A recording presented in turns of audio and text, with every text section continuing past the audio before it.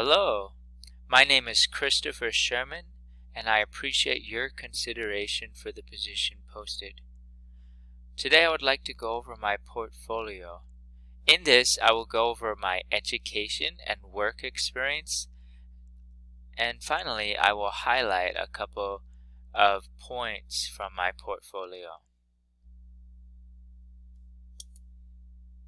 I received a BA in Youth Ministry from Moody Bible Institute in Chicago. I also received an MA in Bible and Theology from Biola University in Los Angeles. I taught conversational English in the public school system in China for 6 years. This included teaching in elementary, middle schools, and high schools. And currently I'm a teacher assistant in Austin ISD since 2019.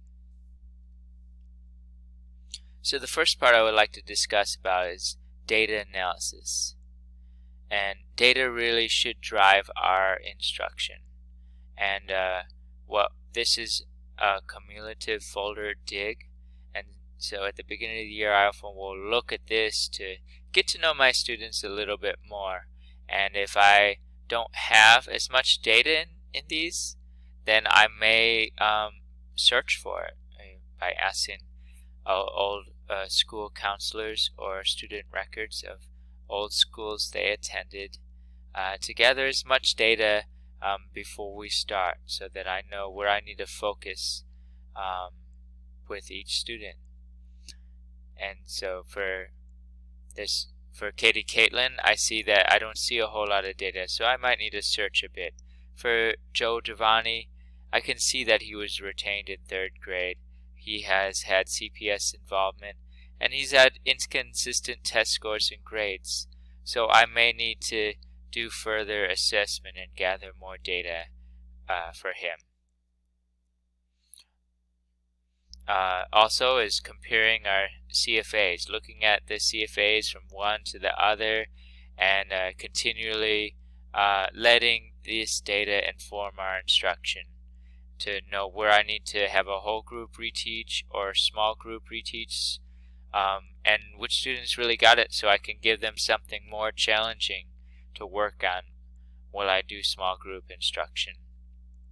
So we can see that 5.9E on CFA number 2 of argumentative text, a lot of students did not get that. So I may have a whole group reteach on that and use formative assessment of whether it be also using bonus questions, or asking during classroom instruction or exit slips to see if students got it.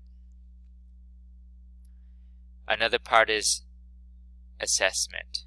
I love what Lead Forward does with their snapshots. Now this is grade 5 ELA-R, and it shows you the TEKS and shows you the instructional focus. So here it says that 5.1 is to communicate ideas effectively through speaking and discussion.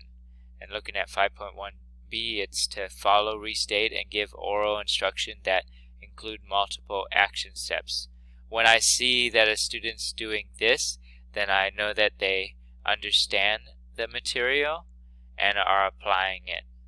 And that's very important. And the last part I'm going to discuss is student engagement. If we're not engaging with our students, then they're disengaged and we've lost them. So we need to keep it up. And some of the ways that I've thought were competition-based opportunities, they have a lot of points, like Kahoot is a highlight that students love.